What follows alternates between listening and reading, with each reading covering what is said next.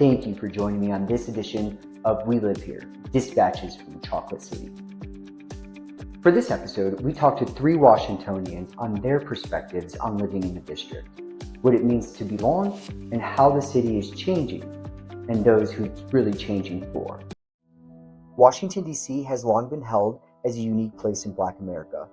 Once known as Chocolate City, it represented power, cultural influence, and a sense of ownership that was rare in a majority Black city. But over the past 2 decades, that identity has been tested. Rising costs, new development, and shifting demographics have changed not just how the city looks, but who it is built for. And this, even in growing up in DC as well, I feel like DC has a very prominent Black culture, more so than a lot of places. So this is another thing that sort of helped me. In 2019, DC was labeled the most gentrified city in the nation, but gentrification doesn't mean the same thing to everyone.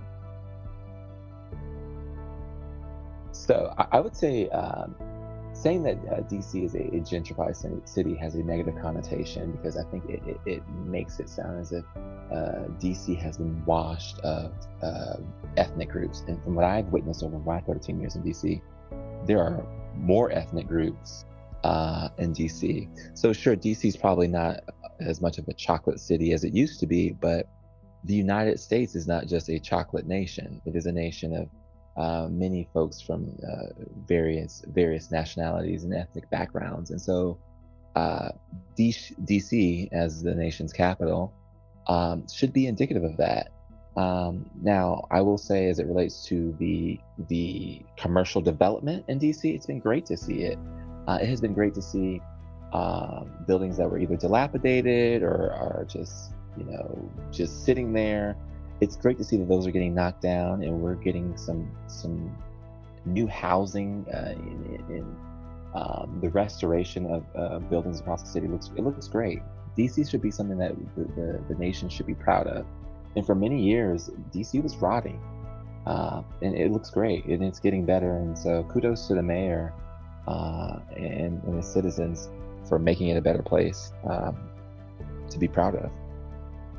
3 perspectives highlight a core tension in the city: whether development can coexist with justice, or whether it inevitably leaves Black residents behind. I live on East Capitol, in the apartment building that I'm in. And the Uber driver was telling me, he's born and raised in Washington, D.C.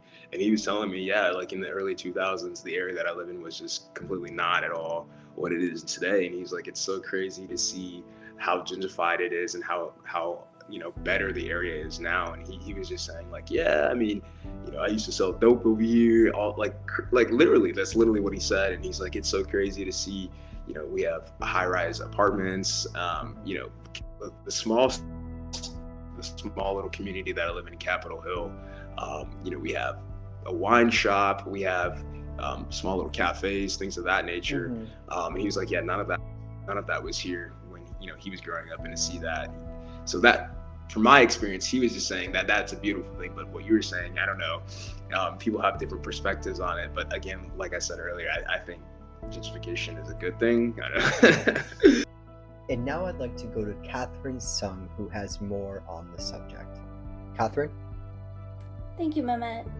Over the past week, we spoke with several people here in Washington about what it means to live in a city that is changing so quickly. One thing came up in almost every conversation: the cost of staying. Longtime residents told us they have watched their neighborhoods change as home prices and rent continue to rise, while their pay has not increased at the same pace. For some families, that has meant making the hard decision to move to nearby counties where housing is more affordable and raising children feels more realistic. Many people understand that cities grow and develop, but they also told us the real question is not whether DC is growing. The question is who that growth is really for. Back to you. DC is changing, but the deeper question isn't about just buildings or neighborhoods. It's about belonging, power, and who gets to decide the future of the city.